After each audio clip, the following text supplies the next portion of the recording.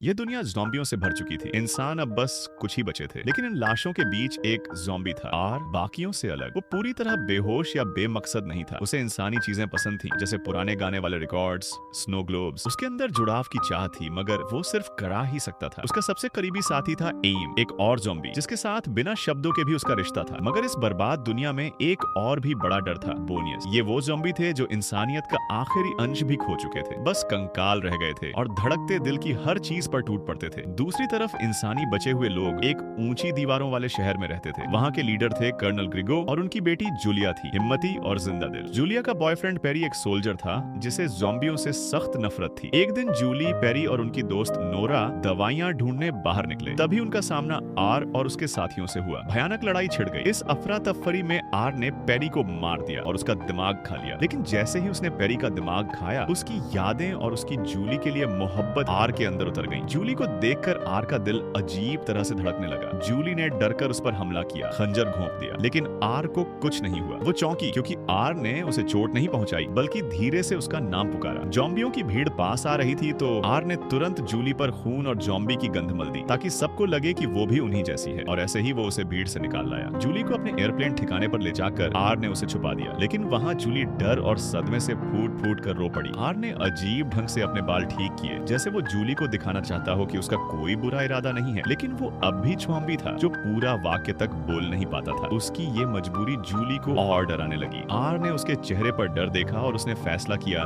कि थोड़ी दूरी बनाना ही ठीक है। वो प्लेन से बाहर चला गया। जूली को बेहतर समझने के लिए उसने पेरी का और दिमाग खा लिया। इससे उसे कुछ और यादें मिली और वो वापस प्लेन पर लौटा। इस बार उसने कोशिश की कि कम डरावना लगे। उसने शब्दों के बजाय अपने इशारों से खुद को समझाने की कोशिश की। उसने एक विनाइल रिकॉर्ड उठाया और अपना पसंदीदा गाना बजा दिया। गाना ही उसकी आवाज बन गया। जूली की आंखों में हैरानी थी। ये ज़ॉम्बी आखिर करना क्या चाहता है? अगले दिन जूली ने कहा कि उसे भूख लगी है और आर से खाना लाने को कहा। आर तुरंत मान गया, ये जाने बिना कि जूली बस उसे भटकाकर भागने का मौका चाह रही थी। लेकिन उसकी ये मासूम कोशिश ज्यादा दूर नहीं जा सकी। वो कुछ कदमों में ही दूसरे ज़ॉम्बियों से जा टकराई। घबराकर वो एक जहाज के पहिए के पीछे छिप गई। लेकिन ज़ॉम्बियों की सूंघने की ताकत बहुत तेज थी। उन्होंने जल्दी ही उसका इंसानी गंध पकड़ लिया। तभी आर अचानक पीछे से आया। उसने जूली को चेतावनी दी कि भागने की कोशिश मत करना, बाहर हालात बहुत खतरनाक हैं। फिर उसने उसके चेहरे पर ज़ॉम्बी का खून और मांस मल दिया ताकि उसकी गंध दब सके। लेकिन सिर्फ गंध छुपाना ही काफी नहीं था, ज़ॉम्बियों की आंखों को भी धोखा देना था। इसलिए आर ने जूली को ज़ॉम्बियों की तरह चलना सिखाया। बीच बीच में उसकी चाल ठीक भी की। धीरे धीरे जूली भीड़ में घुल गई। अब सच में उसे भूख सताने लगी। आर ने उसके लिए खाना निकाला और अपनी कीमती बियर तक शेयर कर दी। इन पलों ने जूली का डर थोड़ा थोड़ा कम कर दिया। वो आर के साथ खुलने लगी। दोनों छोटी मोटी बातें करने लगे। लेकिन जब भी जूली कहती कि उसे घर जाना है, आर अब भी मना कर देता। बाहर अभी भी खौफनाक खतरा मंडरा रहा था। उसने वादा किया कि सही वक्त आने पर वो खुद उसे छोड़ आएगा। मजबूरी में जूली को मानना पड़ा। इन दिनों में दोनों कभी कभी रनवे पर तेज दौड़ लगाते, जैसे खतरे के बीच भी रोमांच ढूंढ रहे हो। बार बार साथ वक्त बिताते हुए दोनों रिकॉर्ड सुनते और छोटी छोटी मजेदार गेम्स खेलते। देखने वालों को लगता जैसे सच में एक कपल हो। धीरे धीरे जूली भूल चुकी थी कि आर असल में ज़ॉम्बी है। चूंकि ज़ॉम्बी सोते नहीं, इसलिए हर रात आर उसकी पहरेदारी करता। जूली को इससे सुकून मिलता था, मगर ये शांति ज्यादा देर टिक नहीं पाई। एक रात अचानक आर ने देखा कि जूली गायब है। घबराकर वो बाहर भागा तो पाया कि जूली ज़ॉम्बियों से घिरी हुई है। वो पूरी ताकत से लड़ रही थी, लेकिन उनकी तादाद बहुत ज्यादा थी। तभी उसे पकड़ लिया एक ज़ॉम्बी ने, जिसका नाम एम था। ठीक उसी वक्त आर पहुंचा और जूली को बचा लिया। इस लड़की की खातिर उसने अपने सबसे अच्छे दोस्त तक पर हमला कर दिया। एम हैरान रह गया, क्योंकि उसके हिसाब से ज़ॉम्बी का मकसद सिर्फ इंसानों को खाना था। आर उसे कुछ समझाता, उससे पहले ही दूर एक बोनी दिखाई दिया। मजबूरन उसने जूली का हाथ पकड़ा और भाग निकला। लेकिन बोनीज इतनी आसानी से पीछा छोड़ने वाले नहीं थे। एक से बचकर भागे ही थे कि सामने 3 और बोनीज आ गए। हालात बिल्कुल खत्म हो चुके लग रहे थे। तभी एम बैगेज ट्रैक्टर लेकर आ पहुंचा और बोनीज को टक्कर मारकर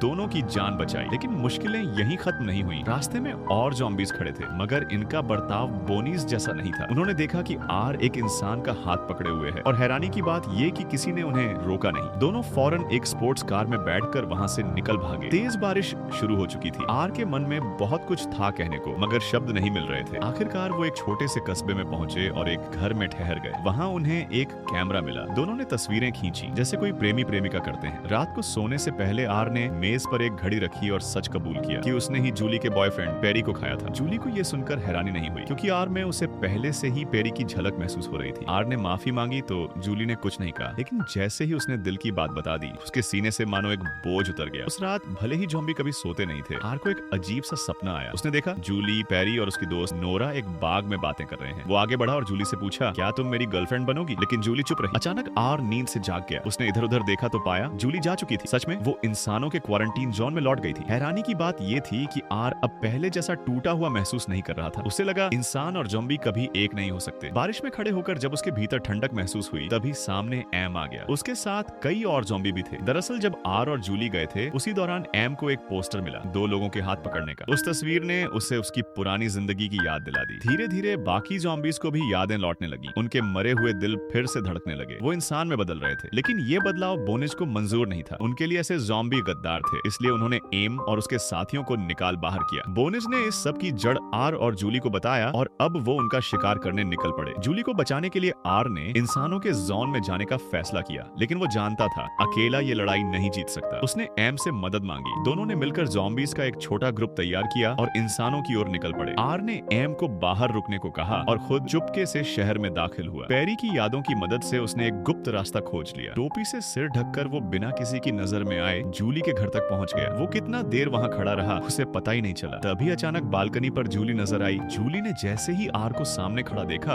उसकी आंखें फटी की फटी रह गईं। वो दरवाजा खोलकर उसे अंदर लाई और कसकर गले से लगा लिया। उस आलिंगन में जूली ने महसूस किया कि आर का शरीर अब गर्म है, जैसे कोई चमत्कार हो रहा हो। आर ने उसे बताया कि अब कई और ज़ॉम्बीज़ भी इंसानों की तरह बदल रहे हैं, लेकिन इसी वजह से बोनिज उन्हें शिकार बनाने निकले हैं। ये सुनकर जूली ने तय किया कि उसे अपने पिता कर्नल ग्रीजियो को सब सच बताना होगा। मगर उसी वक्त खबर आई कि बोनिज की पूरी फौज क्वारंटीन जोन पर टूट पड़ी है। जूली ने ग्रीजियो को समझाने की बहुत कोशिश की, पर वो अड़ियल निकला। आर ने आखिरकार आगे बढ़कर उससे खुद बात करने की कोशिश की, लेकिन ग्रीजियो ने उसे तुरंत पहचान लिया और बिना कुछ सुने बंदूक तान दी। ठीक उसी समय नोरा ने ग्रीजियो पर ही हथियार तान दिया और आर और जूली को बच निकलने का मौका मिला। बाहर का मंजर डरावना था। सैकड़ों ज़ॉम्बीज़ इकट्ठा हो चुके थे, जो आधे इंसान आधे ज़ॉम्बी बन चुके थे। तभी आसमान से चीखों की गूंज सुनाई दी। बोनिज शीशे तोड़ते हुए नीचे उतरे और एक भयानक जंग शुरू हो गई, ज़ॉम्बी बनाम ज़ॉम्बी। आर और जूली को देखकर बोनिज उन पर टूट पड़े। दोनों भागते हुए एक कमरे में घुसे, लेकिन वहां से बाहर निकलने का कोई रास्ता नहीं था। चारों तरफ से बोनिज घेर रहे थे। ऐसे में आर ने जूली का हाथ पकड़ा और उसे लेकर सीधा कूद गया। नीचे एक पुल था, लेकिन गहराई कम होने के कारण आर जोर से टकराया और बेहोश हो गया। जूली घबरा गई और उसे पानी से बाहर खींच लाई। तभी आर ने आंखें खोली। दोनों की सांसें तेज चल रही थी। जूली ने उसे थामा और उसी पल उनके बीच गहरा और भावुक चुंबन हुआ। आर की आंखें पूरी तरह मानवीय हो गईं, मगर तभी धाएं, एक गोली आर के सीने को चीर गई। वो गोली कर्नल ग्रीजियो ने चलाई थी। जूली चीख उठी और समझाने की कोशिश की, लेकिन आर के घाव से खून बहने लगा। क्या आर अब इंसानों की नजरों में हमेशा के लिए खो देगा, या जूली का प्यार चमत्कार साबित होगा? ज़ॉम्बीज़ को खून बहना तो नहीं चाहिए था, लेकिन जब ग्रीजियो ने ये देखा तो वो दंग रह गया। उसी पल उसके अंदर कुछ बदल गया। सिपाहियों ने हथियार नीचे रख दिए और इंसानों ने आर को अपना लिया। आखिरकार आधे इंसान आधे संक्रमित लोग इंसानों के साथ मिलकर सभी बोनिज का खात्मा कर देते हैं। पर बोनिज कभी दोबारा इंसान नहीं बन सकते थे, इसलिए जो बचे थे वो भूख से मरने के लिए छोड़ दिए गए। धीरे धीरे वो आधे संक्रमित लोग इंसानों की तरह जीना सीखने लगे और शहर फिर से अपनी पुरानी रौनक में लौट आया। उसी छतरी के बहाने एम और नोरा करीब आ गए। आर अब पूरी तरह इंसान बन चुका था। वो और जूली दूर आसमान में ढलते सूरज को साथ खड़े होकर देख रहे थे। उनके सामने ही क्वारंटीन वाली दीवार गिरा दी गई, मानो ये इशारा हो कि ज़ॉम्बी का दौर अब हमेशा के लिए खत्म हो गया है। और हाँ, प्यार वाकई दुनिया बदल सकता है। अगर आप